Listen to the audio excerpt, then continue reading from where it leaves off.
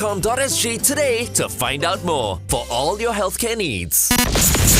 Wake up. Wake up! Wake up! Get up. You get out of bed this instant. And turn it on. Glenn, Angel, and the Flying Dutchman. The Big Show on Kiss 92. Today we say good morning to Dr Tanujaa Rajasekaran, medical oncologist from Mount Elizabeth Novena Hospital. Good morning, doctor. Good morning, guys. Thank you for having me. Of course. Thanks Thank for you joining for us. coming in. Yeah. So today we're going to be talking about overall cancer management. And I guess the first question that might be on someone's mind is, what exactly do medical oncologists do? Okay, so I'm just going to take a step back and Sure. explain a few things to explain to you exactly what a medical oncologist does. So cancer care is generally very complex, and usually there's a multidisciplinary team of doctors working together. So usually we start off, let's say the patient has a tumor and that needs to be resected, so you get the surgeon, and that's the surgical oncologist. I see. And if you need radiation, we have the radiation oncologist. And if you need systemic therapy, you have someone like me, the medical oncologist. So when I say systemic therapy, basically systemic therapy can mean a lot of things. It's basically medications given through the bloodstream that goes to cancer cells all over the body. Okay. And within systemic therapy, we have chemotherapy, we have immunotherapy, we have targeted therapy, we have hormonal therapy. And so when it comes to administering any of these therapy, that comes under the realm of medical oncologists like myself. I see. So I was always wondering, why medical Medical. oncologist? Isn't an oncologist an An oncologist? oncologist, yeah. You're not the only one. Everybody always wonders the same thing. Yeah. Wow, And sometimes when okay. I see, the notes that I'm given, I'm like, medical oncologist, maybe I should be smart and just go like, oncologist. But Maybe it's somebody- not, right? Yeah. So oncologist is the umbrella of which everybody else falls under. Yes, there are many different types of oncologists, Right. like I said. So surgical oncologists, medical oncologists, radiation oncologists. And so medical oncologists are the ones that give systemic therapy. Everything outside of radiotherapy. Yes. Almost. Almost. All right. It's, Okay. It's so interesting because you talk about systemic therapy, and one of the things you mentioned was targeted therapy. I would have thought that any cancer treatment would Is be targeted. Not exactly. So cancer treatment has come a long way, right? Okay. So in the past, we maybe like 30, 40 years ago, the only thing we probably had was chemotherapy, which was just conventional. It was not targeted, and it was just, for lack of better words, it's maybe sometimes like a nuclear bomb. It just boom, Everywhere. and then good cells, bad cells go. But now Right. things are very different, right? So we have targeted therapy, and targeted therapy is really the foundation of precision medicine. Wow. And what exactly is it? It's actually that we are able to identify the exact genetic mutation or abnormality that is driving the cancer. So this is the particular abnormality in the protein or the gene that is causing the cancer cells to divide, to grow, to spread, right? So, and now having detected this, we have drugs that particularly target that particular mutation. Wow. So all your other good cells are not affected. Yes, so we are potentially only targeting Wow, okay, that's that amazing. particular mutation. So and targeted therapy is used in many cancers, but it's mainly in lung cancer where it has changed the field of lung cancer completely. So now whenever someone says I have lung cancer, the different people can have different types of lung cancer depending on the particular gene mutation that you have. Because in the past, once you have lung cancer, chances are there's no hope. Yeah, so it's great that you're saying that, because that's what most people used to think, right? So lung cancer equals to a death sentence. So if I Yeah. have lung cancer, it's oh no. But it's not like that anymore, right? So in the past, maybe if you said you had stage 4 lung cancer, maybe people will say, oh, I have 6 months to live. Right. But it's not like that Wow. anymore. If you let me, I'll share with you. Please. Yeah, a story. please. Yes. Yeah, so I had this lady that came to see me, and she was 37 years old when she came to see me, and she had just delivered a baby. So baby is 2 months old, and she was having persistent cough during her pregnancy. And every doctor that she saw just said, okay, this is related to your pregnancy. It was reflux, and didn't really want to do anything about it because she was pregnant, right? Nobody wanted to do X-ray on her. And finally, after she delivered, she had an episode where she coughed out blood. And then the husband was worried, brought her to the emergency department. Long story short, this was essentially diagnosed as stage 4 metastatic lung cancer. Wow. And she's 37 years old and she's just delivered a 2-month-old baby. Wow. Yeah, so I mean, it's devastating on every level for everyone, right? But the good news, the silver lining to this was that she had a particular type of lung cancer with a genetic mutation called an ALK mutation, and we started her on an oral drug, right? And till today, 6 years on, she's still on that drug. She's alive, and that 2-month-old baby is now 6 years old. Wow. But is this medication that she has to be on for life? Yes. So she is Unfortunately, still right? on that medication. Okay. Yeah. But I mean, if you think about it, like She's here. Yes, exactly. Yeah. She's And here. living life as normal. And it was like stage normal. 4. Exactly, crazy. right? Yes. Wow. And the thing is, I mean, if you think about it, things like chronic disease like diabetes, high blood pressure can't be cured as well, right? You need to take medications long Exactly. term. So in a sense, we want to change the mindset. So cancer is more like a chronic disease rather than a terminal disease, right? You may have it, but maybe you can take some oral drugs. You Yeah. go to work. You still lead like a normal life. And Most it's people not- are taking so many supplements anyway. Anyway, These, yeah. You know, what is one or two more, To pills live or something to watch like your that? daughter Yeah. grow up, and it's not immediate chemotherapy or radiotherapy. She didn't do any of that. Yeah, so she hasn't required any of that at this Right, point okay. of time. Wow. But you know, along the way, she may, if let's say complications arise, the cancer continues to grow or spread, then there are many other options available. Yeah. It's not a death sentence. That's amazing. Oh, that's Yeah. absolutely amazing.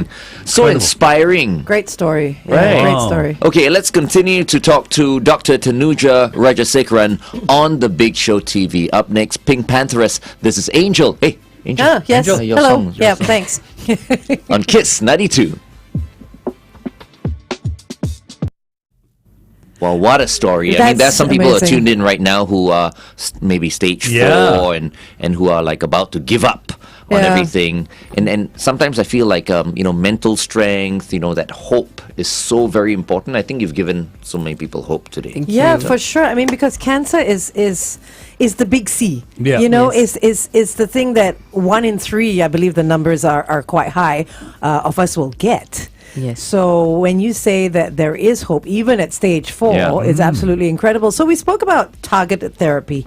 What about immunotherapy, and what types of cancer can benefit from immunotherapy? Okay, so immunotherapy is again another type of systemic therapy, and immunotherapy is also very interesting. So let me explain this to you. Okay, so in our body we have immune cells, which are our white blood cells, and they are Right. there to help you to fight your cancer cells. But there's also something called immune checkpoints in your body that it's like your brakes on your immune system. So they are there to prevent your immune cells from attacking your normal cells. Okay. And our cancer cells are very smart, right? They use these brakes on the immune system. They take over them, and they prevent the immune cells from attacking them. So, and that's really very intelligent, right? So they hide behind this immune checkpoint. So, but immune checkpoint inhibitors, which is really revolutionized cancer care, is actually lifting off these bricks and allowing your own immune system to fight against the your cancer cells. Wow. Yeah. Okay. So it's Wow. basically using your own immune system to fight the cancer cells. Outsmarting the cancer cells. Oh. Absolutely. How can we protect ourselves better, doctor? Is in there a terms way? of everyone has cancer cells, right? But we just don't want the cancer cells to Multiply. awaken, so to speak.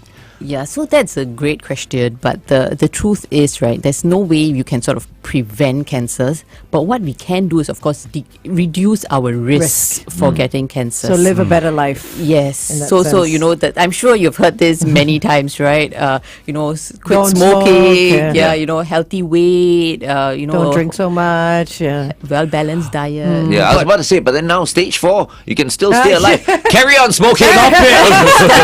No, it's so interesting that you said that, Glenn, because one of my patients, right, so he's stage 4 lung cancer, and he's been on this targeted therapy for such a long time, and so he's been on it for 10 years. Okay. So initially he was smoking, and then he stopped. But because he's doing so well, he said, Doctor, I think I can restart smoking now. Wow. And did he? Yes, a few sticks a day. No, but we talk about the red meats, we talk about the alcohol, but I've always wondered. We work in such a stressful atmosphere in Singapore. Look at how white his hair is. Yeah, but that's my children's more than work. But no, is that a contributor? Is that a trigger? So if you look at the studies, yes, but it's very difficult to prove this, right? So Yeah. we do know that if people who work in high stress environment, of course, this increases the risk of cancer. And because, compared to last time, our cancer incidences are increasing, especially in developed countries. And stress is definitely a contributing factor. So of course, if there are ways that you can reduce your stress, definitely do that. Do you think stress is more of a factor or our diets? If you ask, I Because don't know for sure, but if I were to guess, it's probably our diet. Right? Right. Yeah. Because many people thrive on stress sometimes. I know the Yeah, kind of okay, stress you're yeah, talking about, yeah, right? I know but what some you people just love it, They don't sleep enough, they just want to work and all that, they feel good, right? Right? So I feel like, while stress is bad, yes, everyone's talking about stress and all that, I think diet is It's so also a important, very yeah. big factor. Absolutely. Yeah, they say 80%, Yeah. and then 20% fitness, right? So if that takes up so much of your life, but so we're talking about the different types of, say, targeted therapy, immunotherapy. Do these work the same for people of all ages? So if you have kids and then you have your elderly, is it the same kind of therapy that you guys would use? Okay, so so I need to clear this misconception. Different cancers are treated differently. So for certain cancers, you may use chemotherapy. Certain cancers, you may use immunotherapy. Certain cancers, you may use hormonal therapy. And in certain cancers, we use a combination of all of this together. But when it comes to age, right? So age shouldn't be the main factor that decides whether you get cancer treatment or not. So regardless of your age, no matter what your age, people benefit from cancer treatment. But when it comes to treating the elderly cancer patients, it's definitely more complex. There are many issues to take into account when you're dealing with the elderly. So for example, most of the elderly, they have underlying medical conditions to begin with, right? So they may have diabetes, high blood pressure, heart disease. And so before you treat them, you need to optimize all these conditions, right? But that is not a contraindication to say just because you're elderly, no, you cannot get cancer treatment. Nothing like that. We just have to make sure that we need to optimize their health to be able to get cancer treatment. So if let's say I have lung cancer and I'm an older person, or if I'm a younger person, both of them should be able to get the same treatment. Right. Okay, got it. Okay, we're going back on air.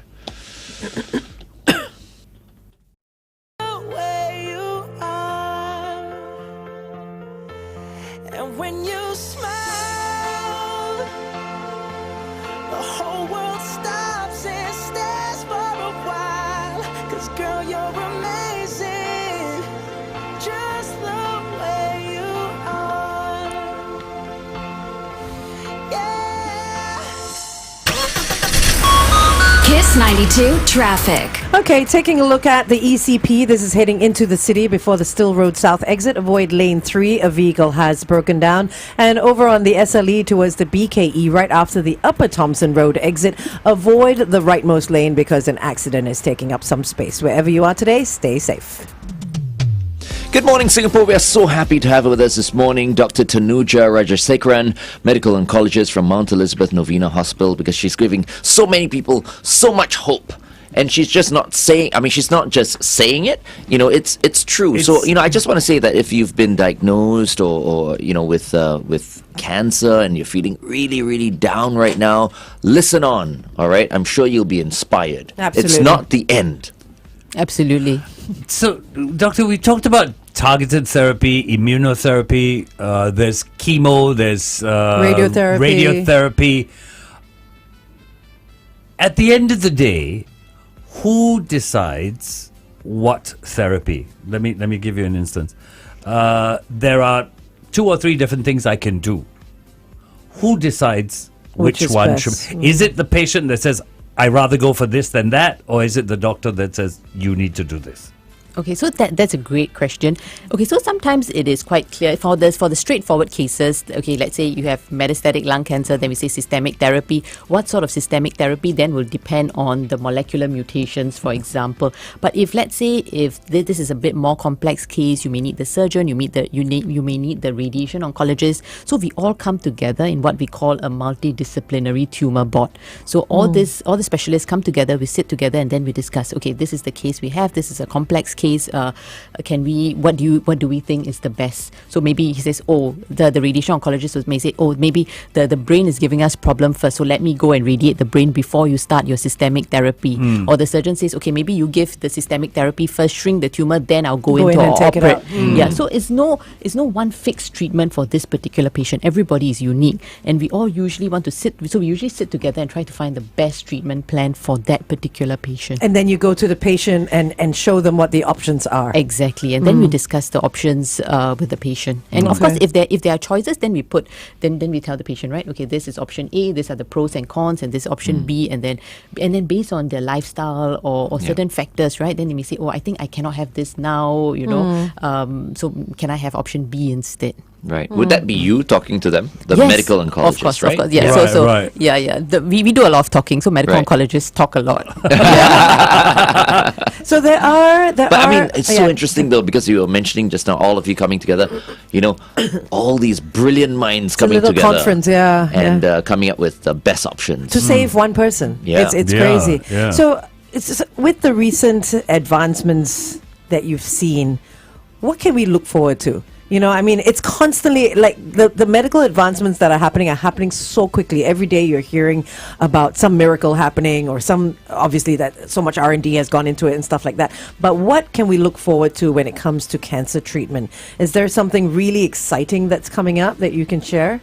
Yeah, okay, so there are, as you rightly said, right, so there are many advances. So in terms of in terms of systemic therapy, immunotherapy, right, so even within the fields, they are trying to make the drugs better. So for example, I'll just give you a very simple example, right? So whenever we talk about chemotherapy, for example, everybody has this impression that chemotherapy equals to a bald Hair person. loss. Yes. Yeah, a bald person, Weight cachectic, loss. vomiting over a Yeah. bucket, right? But really, it's not like that anymore. So firstly, supportive care has improved greatly, right? So nowadays, if you speak to your cancer patients, we've got before chemotherapy, we give them lots of anti-nausea, anti-vomiting medicine. Sometimes they don't even have any nausea, vomiting post-treatment, right? And not all chemotherapy causes hair loss. So if you're talking about advancements, so I just give you a simple example. So previously we just give chemotherapy intravenously, right? And it does cause side effects because it affects the normal cells as well. So now we have something called antibody drug conjugates. And what exactly it is basically we have an antibody that is attached to the chemo, and chemotherapy is attached to this antibody. So this antibody goes to find your particular cancer cell, which has the antigen. So this antibody recognizes this antigen. Only when this antibody recognizes this antigen, it releases the chemotherapy directly into the cancer cell. Wow. It's like a guided missile. Yeah. Yeah, so then your toxicities are less, and it is hopefully confined mainly to the cancer cells, and your normal cells are not affected. So also like targeted therapy in Yes, that sense. in a way, yeah, right. And then now we're also talking about things like cancer vaccines, right? So we've heard about vaccines when it comes to COVID-19, right? We all know yeah. about vaccines, Yeah. but now we're talking about potentially cancer vaccines, Preventing right? it. Yeah, so there's preventive vaccines and then there's treatment vaccines. Yeah.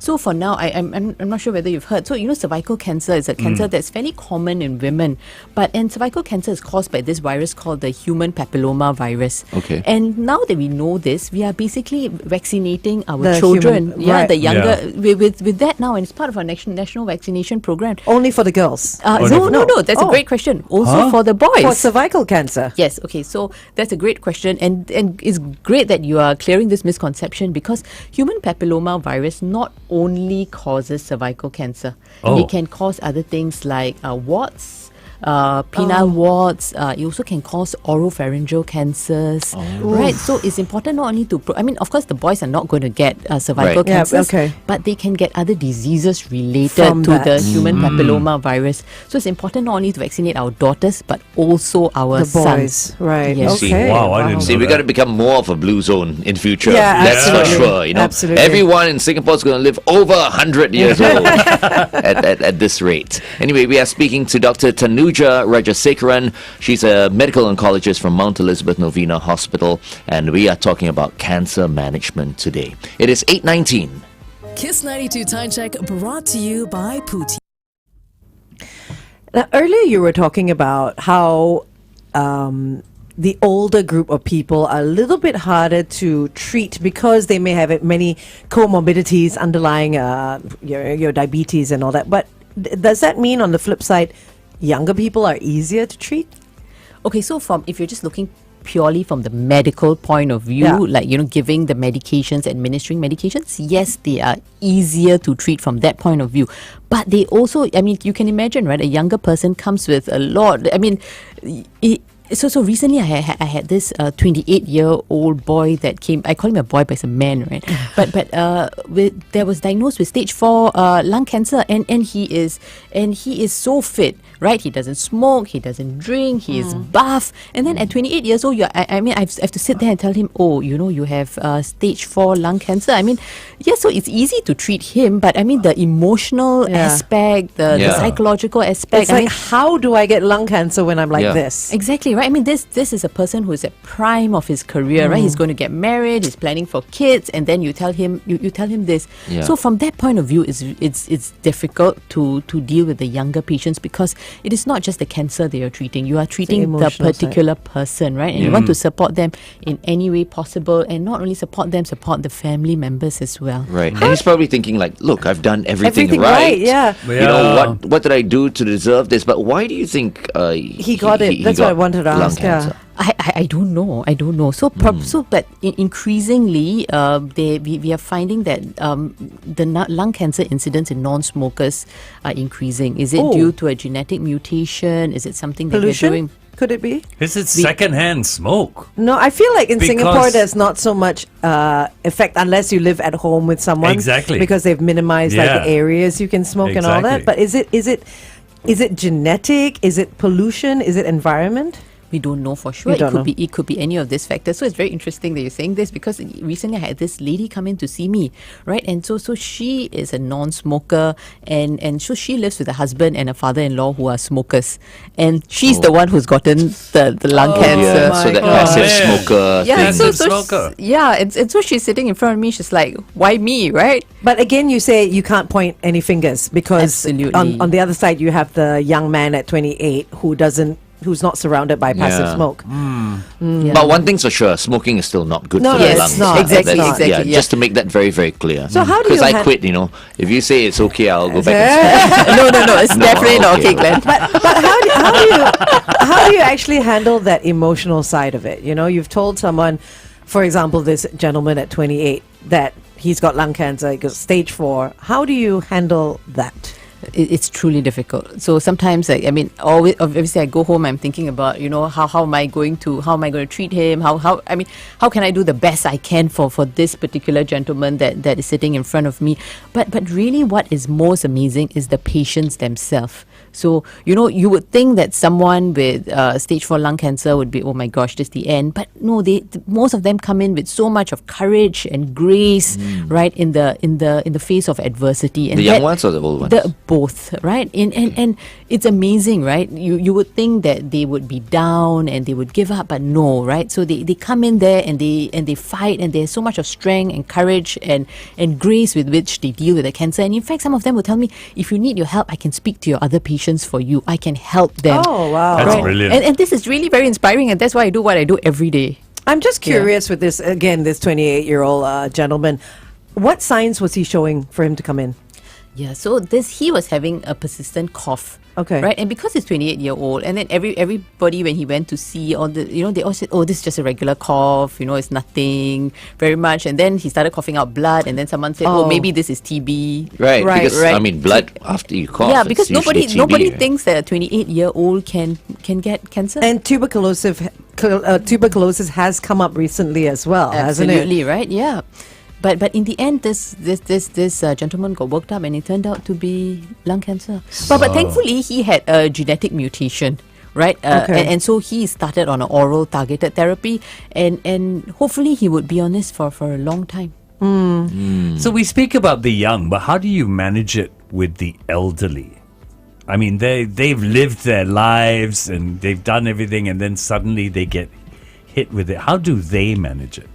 Okay, so One of my subspecialty interests is geriatric oncology. So I focus on looking after older cancer patients, and you're right? So when it comes to the older patients, there are many issues to deal with them besides just the comorbidities, right? They are also, as part of aging, physiological function of their organs decreases, right? Heart is not working so well, kidney is not working so well, liver is not working so well, and the other thing is social support, right? Social support plays a big role in the older cancer patient, right? So even if the older patient wants to come for chemotherapy, they need someone to accompany them. You need someone to take care of them at home. Caregivers. Yes. So and then a lot of times, the older patient always says, maybe I shouldn't get treatment because I'm going to be a burden. And I'm already older, and some might not want any treatment, right? Yeah. So it's I think it's very important. So we spend a lot of time with them, sit down, talk to them, and explain what are the treatment options. Because a lot of older patients think cancer equals to chemotherapy equals to death, right? So which is completely not true, right? So we tell them, okay, there's actually many options available. If you do want this particular option, we can give you something that's milder, something that works for you, right? And so that takes a lot. So that takes quite a fair bit of time to sit down to explain things to them. Wow. Okay. Yeah. I have learned so much this morning. It's just unbelievable. I had no idea. I had no idea the treatment's open to people. The number of people who are tuned in right now who are in that situation. Yeah. Who are already starting to feel like there's no hope, totally demoralized, and that surely doesn't help, right? Doctor, when you start feeling really sad and you start feeling really depressed and you lose hope, that's when, I mean, from what I understand, because I've had family members, I have friends, that's where the deterioration just increases, it just... Yeah. So, I think everybody goes through that because, I mean, we're all humans, right? This is a natural part of dealing with cancer. So at some point you may feel down, at some point you may feel a little bit depressed, but I think it is okay to feel that way. But I think it's important to realize that this is one of the hurdles that you may face, but there's many there is help, there is support available. So I always tell my patients, yes, it's normal, but we are here to support you. And also we have a team of people to help, right? So there are psychologists, there are social workers to help. Hang on, traffic. Hey, let's take a look on the roads. On the SLE towards the BKE, right after the Upper Thompson Road exit, that accident vehicle is still taking up space in lane 1. That's the rightmost lane, causing quite a bit of congestion. If you can avoid that altogether, please do. Good morning and welcome back to The Big Show and The Big Show TV. We are speaking to Dr. Tanujaa Rajasekaran, medical oncologist from Mount Elizabeth Novena Hospital, about cancer management. Cancer is not a death sentence. No, it isn't. I mean, doctor, if anyone is listening in today and, is going through something, what do you want that listener to take away from what you've said today? Okay, so if you're a cancer patient and you're undergoing cancer treatment, I say that firstly, I salute you for all the courage that you have and the grace with which you're undergoing your treatment. But I want to say that cancer it can be truly a difficult journey, but there is help available. It is not the end of the road, and now things have changed so much, right? Cancer treatment has advanced greatly. There is help available for each and every cancer patient out there, right? And cancer is more like a chronic disease now. And when you say help, you say there is help to be able to get you back on track to your regular life. Not just, you're going to be in bed all day on medication and just living like a very sedentary life. That's not it, right? Absolutely. So definitely there are treatment available. The aim of treatment is basically, hopefully you get back to where you were from the beginning. Right. And cancer is more something that in the background, right? Okay, yes, this is some treatment that I need to get, but yes, I can still go about and do what I need to do. So I've got this lady that comes in to see me, gets a chemotherapy and goes to work in the afternoon. Oh, wow. Wow. Okay, my goodness. Yeah. Okay. I just think you're amazing, doctor. Just talking to you, I mean, you've put everyone at ease. I can just only think about how lucky, how blessed your patients are. I think every time they see you, their hope increases as well. And we need more doctors like you. And you're you. really in the right business for that. We have a WhatsApp that's come in. Key says that they're tearing just listening to our cancer management program. She says, my mom just got diagnosed with tongue cancer 2 months ago and currently undergoing chemo. Hope she can recover soon. I hope so too. Yeah, so that's from Key. Thank you so much. We do hope your mom gets a speedy recovery. All right.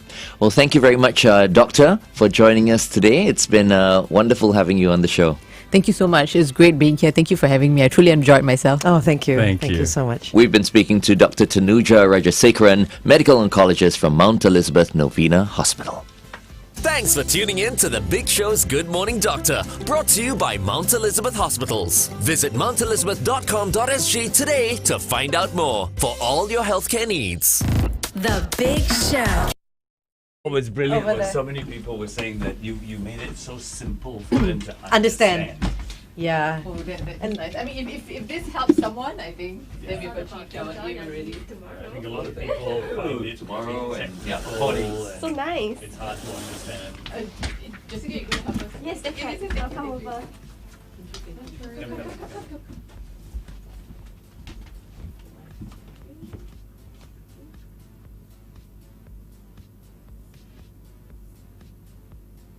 Very nice. It's okay, I'll just take one as well. Okay, look here. 1, 2, 3. Very nice. I want one in my phone. Come, let me have Oh yeah, you want to Yeah, send yeah. your brother? Yeah. I take one video, so I need to to show my husband. Okay, I'll show you my kids. So this is Oh my lord. yeah. Oh, so lovely. 13 years later, you may not recognize. Come, let me take a photo. It's been a while, yeah. 13 years has been a while. Okay, come. Go.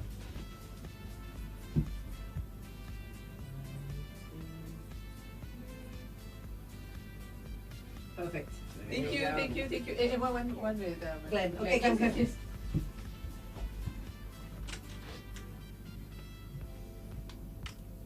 Done. Okay. Okay. Here. 1, 2, 3. Very nice. Perfect. Thank you. Thank you so much. Thanks Thank so you so much. much.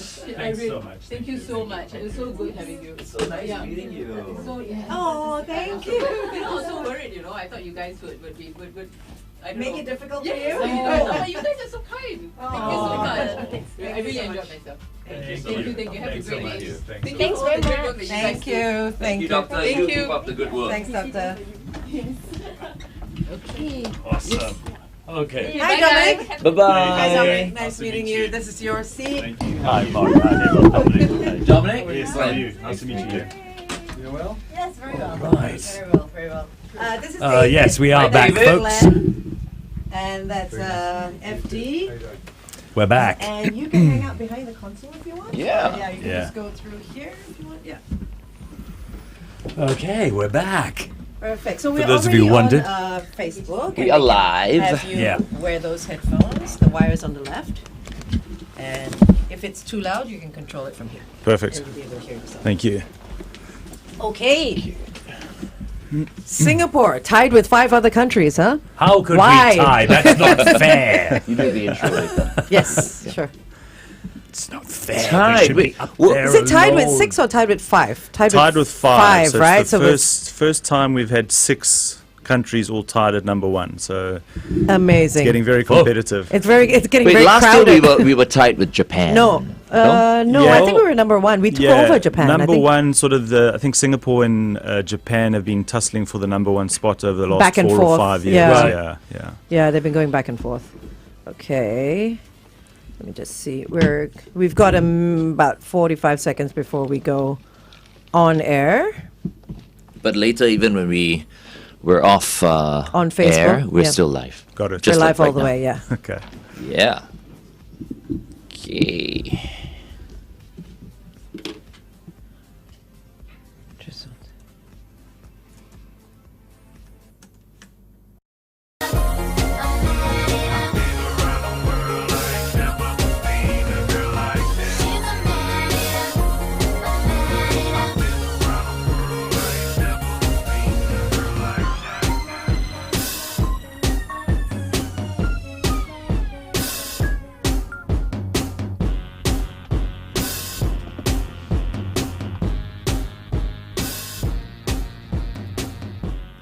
Nelly Furtado with Man Eater right here on Kiss 92. All the great songs in one place. Our second guest is in the house. Yes, so today we have Dominic Volek, Global Head of Private Clients for Henley and Partners. And we want to talk about why Singapore is sharing the top spot with 5 other countries being the number 1 passport, being able to travel visa-free. I think we're, at 100 and how many countries? 92? 194 destinations out of a possible 227. So it's a very, very good score. Okay, Wow. so why the tie? I know we've been tussling with Japan for the past couple of years. We've been at number 1, they've been at number 1, then we added Saudi Arabia, and then I don't know who they added, but now we have 5 other countries. Who are the 5 other countries? So at the moment, it's the first time in the history that we've been doing this Henley Passport Index, and we have an unprecedented 6 countries at the top. So that's Singapore alongside Japan, as you said.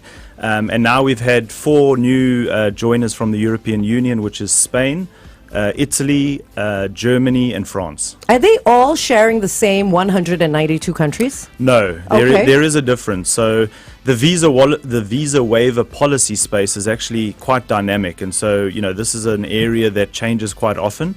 But not all countries are made the same. If you look at the index, at the very bottom of the index, you have a country like Afghanistan that has visa-free access to only 28 destinations. So there's 166 countries difference between the top and the bottom. So it's and that gap's actually widening as we've been doing this report over the years. It's been widening. Okay. So what are the factors that determine this then? Yeah, so from a country-on-country perspective, it's very much about their bilateral relations. You look at things like historical and economic commonalities, and the other really important thing where Singapore is particularly strong is reciprocation. So if I allow if I'm a government and I allow you and your citizens visa-free access into my country, I sort of expect the same. And so those that are very active in that space and are willing to reciprocate often have a lot of access themselves. How long have you actually been running the index? I'm curious. So we're now in the 19th year, so quite a while now. We get exclusive data from the International Air Transport Association. So they have by far the world's most accurate travel data, and that together with our in-house research team, we monitor visa waiver agreements that are happening all the time. And we now update that in real time, so it's a very dynamic space. Why would an index like this be important? So it's important if you're someone like myself. So I have a South African passport. I rank 53rd on the index, right? And I only have visa-free access to about 108 destinations. So if I want to travel to probably a more exotic location, the first thing I do is check if I can actually enter that destination without a visa. So it's really about your travel freedom and your global mobility. If you're lucky enough to be born in Singapore and hold a Singapore passport, whether you can access a country or not is probably very secondary in terms of your travel plans. That's true. But this has only happened over the past, I don't know how many years, because I remember the time where I had to apply for visas China. to go to the States, to go to Australia. Yeah. No, but to the States, not anymore. So it's still the ETA, the ESTA and all that. Is that considered a visa as well? Yeah, very good question. So what we look at is, as long as you don't need prior government approval or authority to enter that destination. So either you're visa-free or visa on arrival, or it's an ETA. But if there's any type of application process to a government authority that in order to gain entry, then we give a score of 0. And if it's visa-free, visa on arrival, ETA, no pre-authorization, we give a score of 1. Okay. You're from South Africa. Yes. I just came back over the weekend. Oh, really? I was there in Pinda. Amazing. It was Amazing. a beautiful country you have. Yeah, very good. So for someone like yourself who holds a South African passport, you said 108 destinations. Is that what determines where you go? To a certain extent, and it can also be quite fun, right? I might not have a valid Schengen or UK visa at the time and think, well, where else can I go if I want to travel next week? And I can look on the Henley Passport Index and see, well, I've got visa-free access to a place like Georgia, maybe somewhere I wouldn't have gone usually, but let's book a ticket and go and see what Georgia's like. So maybe that should be our challenge. We should try and top up those other countries that we can't go to and see what that's like. No, because I was asking why this was important, and it suddenly just dawned on me that it's also important from an HR point of view. If you're hiring someone who is going to be traveling the world for your business, just checking that index to see what his passport is capable of doing. It's an HR tool. Yeah, I guess so. Yeah, yeah. It is an HR tool. That makes sense. Yeah, we can talk more on the Big Show TV to Dominic.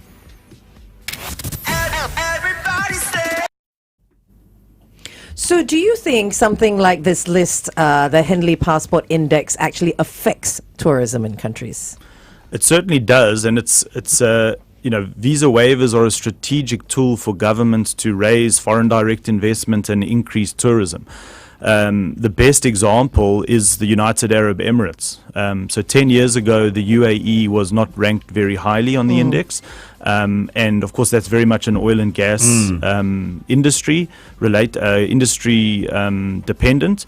And they made a strategic decision to move away from their reliance on hydrocarbons. And one of the key strategies was to actively go out and negotiate visa waiver agreements. And so they've shot up the index. They've added about 106 destinations over the last 10 years. They currently sit in 11th spot, just outside the top 10. And a lot of that is increasing travel. So they've got a visa waiver agreement with China, as an example. Yeah. And so now all that tourism, they can access the UAE and go to Dubai and Abu Dhabi and Ras Al Khaimah and spend money and stay in hotels. So for sure, it's a key thing to consider. I mean, quite a few countries are opening up for China as well, like Thailand, Singapore. They're doing the 30 days, or they're extending it, extending their stays in those countries. Exactly, and that's got a lot to do with tourism money.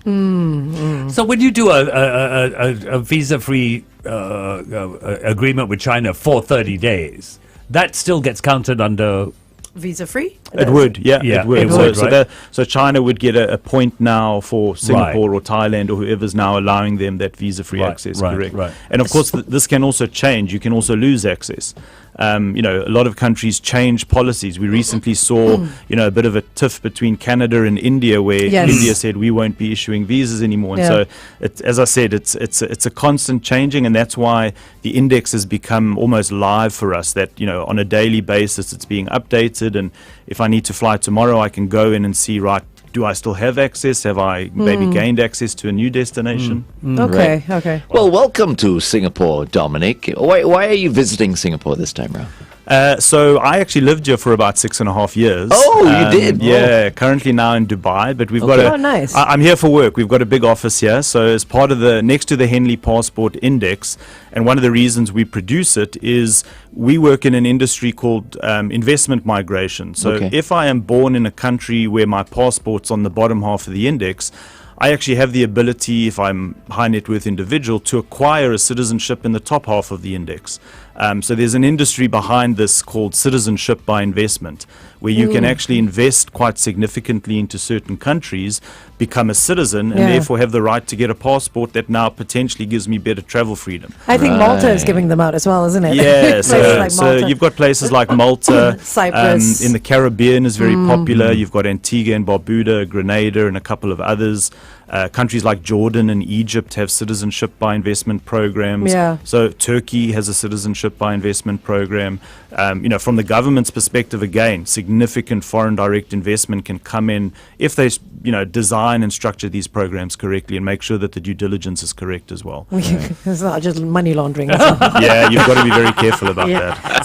So how does Singapore make sure it stays on top and kicks out all the other five that are up on top with us? She's always this competitive. Very Always, competitive. I like right? She wants I like it. I'm like, Singapore needs to be number one. we cannot right? be sharing it with anyone else.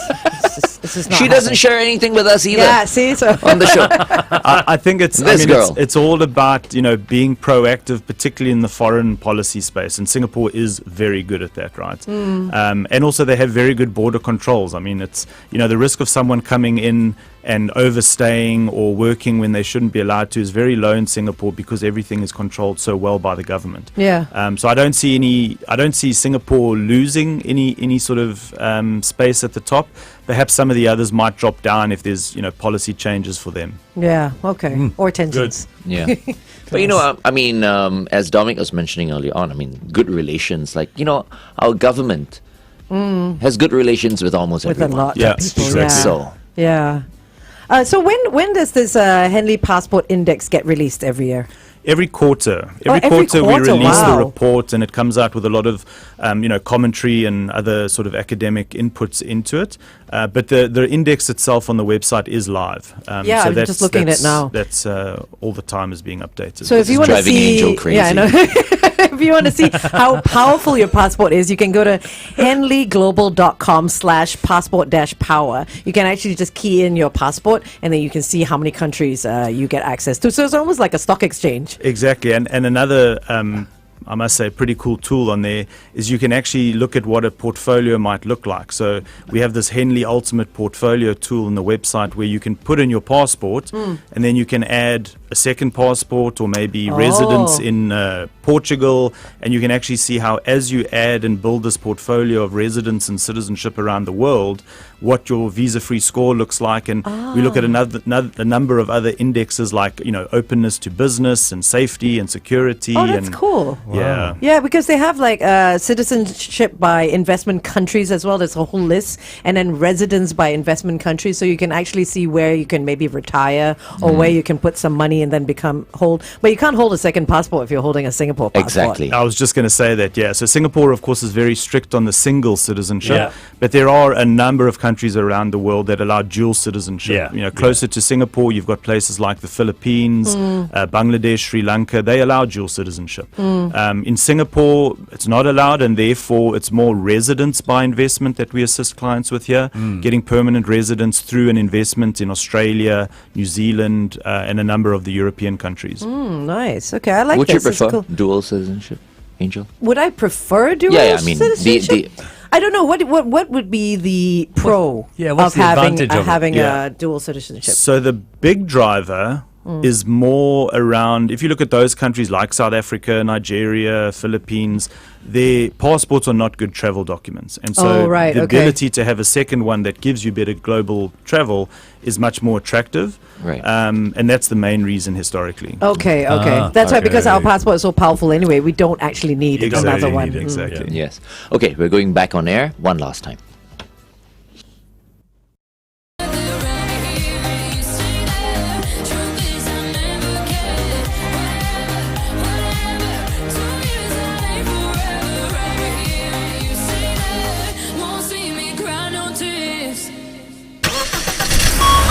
Kiss 92 traffic. Alrighty, taking a look at what's happening on the roads. On the TPE towards the SLE, right after the Tampines Avenue 10 exit, look out for a broken down vehicle. If you spot anything else, our WhatsApp number is 8855-0920.